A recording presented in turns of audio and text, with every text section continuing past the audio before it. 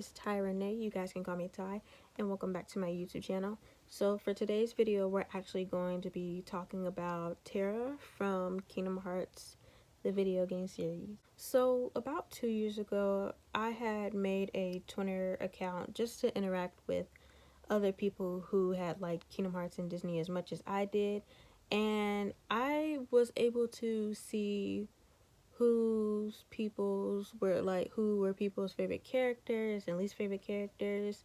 And I've been on Twitter for almost 2 years now, and within the last 2 years I've come to realize like who exactly a lot of people really disliked as a community. And it turned out that a lot of people did not, or maybe still to this day, do not like two characters, and that is Kairi and that is Terra. I might talk about Kairi in another video, but for now, I do want to touch on Terra.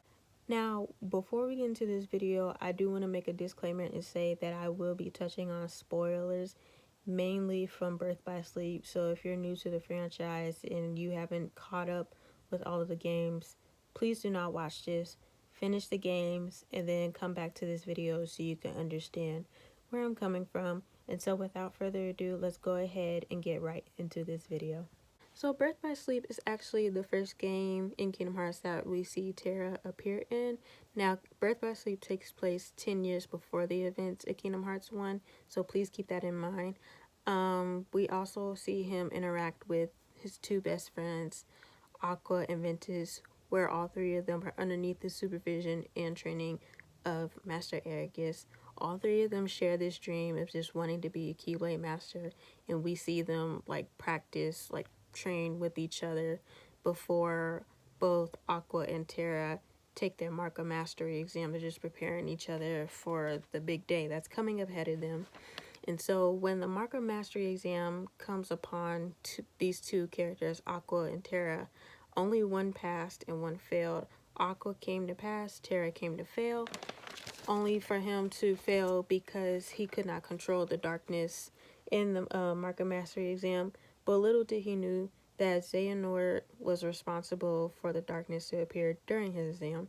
And Xehanort then tells Terra that darkness cannot be destroyed, only channeled. Master Ericus tells Terra that the princesses of Heart were in danger of the Unversed, and allows him to prove his worthy of being Keyblade Master by going on a journey. He also comes in search of Xehanort too. So fast forward, Terra finds out that his friends were following behind him, and he believes that Master Ericus was using Aqua kind of like as a spy on him, and he basically turns into a blind ear against Aqua, just not wanting to listen to what she has to say when Aqua was trying to explain to him hey, I'm not a spy, I'm just looking out for you, you're my friend, just making sure that you're okay. So at this point he doesn't want to listen to anybody except for Xehanort. And so he encounters Braig, who had Xehanort captured, and while fighting, Xehanort had encouraged Terra to use all of his strength, thus lose control of darkness, and that's how Xehanort was set free. So at this time, this is when Xehanort had offered Terra and being his people and help him balance light and dark, and Terra now sees him as his master.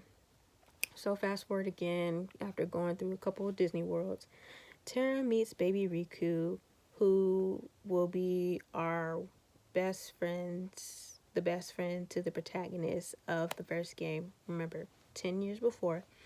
And so they basically hold a Keyblade ceremony for him in the middle of the island, for him to have the ability passed down to little Riku when he gets older. So after that, that's when he goes back to the Keyblade graveyard, being informed by Xehanort that Master Ericus found out the truth about Ben's past, and he is soon to be eliminated by him. This makes Terra go back to the land of departure to save his best friend. Xehanort murders Ericus in front of him and instructs Terra to go to the Keyblade graveyard before darkness takes over to the land of departure. And so later on, he fights against Xehanort and Vanitas with his friends. He, of course, releases his rage and fights with the darkness. But Xehanort then unfortunately takes over his body. But with Terra's mind and power, he wasn't just going to give up right then and there, and he was willing to fight back in his keyblade armor, lingering will, and he fails being able to reclaim his body. And unfortunately, that was the conclusion of his storyline, where he almost fell into the darkness. But of course, Akko came in to save him, and he lost his body, but he still has heart and mind elsewhere in the lingering will. Now, the big question: where does the hate come in for Terra? To answer your question, I honestly have no idea. I personally don't have hate for Terra. He's not my favorite character in the franchise, but I don't have a serious issue with him. And I do believe where the frustration comes in with his character lies ahead with these points I'm going to make out here. My first point would be not listening to Aqua at all and just treating Ventus like he's a kid. Now, watching Terra turn a blind eye to his friends can be frustrating, but we all know that if he had listened to Aqua, or maybe like just paid it, just really took the time out rather than just like completely turning away from her and not listening to her, I guarantee you probably like 75% of the events that happened in Birth by Sleep wouldn't have happened. However, I try to put myself in Aqua's position and understand that the hurt of the stress of my friend, like I can be hurt or stressed for my friend of like not listening to me when I'm trying to do my best and looking out for them. But I can also relate to Vin too with being pushed away by someone you genuinely care about. However, I do understand where Terra comes from as well. I can understand how he feels trying to reach a personal goal for yourself, and you think that nobody really has best interest for you except for you and maybe somebody else who really doesn't. And then when your friends are really trying to give you a piece of advice that they're looking out for you, you really think that they don't want nothing good to happen to you. So I can kind of understand why, like, he would just be like, no, I don't want to hear anything as well. But at the end of the day, we know as the audience that Aqua and Ben, but mainly Aqua, just genuinely wanted the best for Terra. But I will say this when it comes to Terra. Without Terra, there probably wouldn't be a Kingdom Hearts, like a Kingdom Hearts 1. There probably wouldn't be one. Why? Because he gave Riku the ability to wield the Keyblade, and he is the guardian of Ansem. Now, if anything, he is the victim of Xehanort, just like anyone else in the story. And when I mean everyone, I mean everyone. He didn't make the smartest decisions, but at the end of the day, his intentions were never to become evil. He was just manipulated, and all he wanted to do was become a Keyblade master. Now, I will mention this. When it comes to Terra and Riku, they both have a lot of similarities.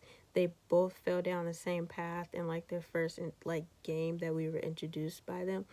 Like with Riku, he was manipulated by Maleficent and he was possessed by Ansem.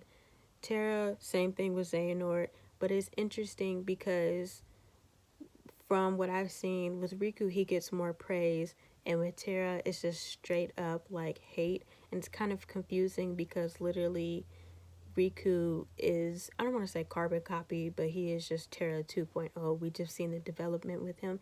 We kind of seen it in Kingdom Hearts 3 with Terra as well, but we haven't seen too much of it because he's not a Keyblade master. Now, maybe he could be, or maybe, funny story, maybe the boy he had given the ability to wield the Keyblade to will train him in the future games. Who knows? But at the end of the day, we should come to realize that Terra was never the villain. He wasn't trying to like be bad for no reason. All he wanted was just to make his dreams come true. And we have to remember and realize who the real villain is of Kingdom Hearts. Yeah, I had to get me like a snack because I'm about to like run out of breath and stuff. I had got me like a tube of yogurt, and then I got me a Capri Sun. But that's besides the point. This is actually going to be the conclusion of today's video. Please do not forget to like, comment, subscribe, and share. Follow me on all of my social media, and tell me what you guys thought about this video essay. Did you guys agree with anything that I said? I know it's a little bit short, but I'm trying to get in the habit of doing longer videos because I know you guys kind of like longer videos. I kind of like doing longer videos too. I feel better doing longer videos than I do with short videos. But yeah, I think I'm going to do a couple more video essays on some Kingdom Hearts stuff, and then I should be doing a little bit Disney shortly because I've really been doing a lot of Kingdom Hearts more than I have Disney, and I do apologize about that. If you subscribe to my channel and you want more Disney stuff than Kingdom Hearts, I gotta find a balance. I think I'm gonna do like a little like pattern, like one week I'm gonna do, well, not one week, but like what, then one video I post Kingdom Hearts and then the next Disney, and then kind of just do like a pattern on it. But I have a whole lot of like Kingdom Hearts ideas that I have for my channel, so I'll definitely try to like find like a balance and find more Disney stuff, more so Disney princesses, because that's what I'm really interested in a lot. So yeah, so thank you guys so much for watching, and I will see you guys in the next video.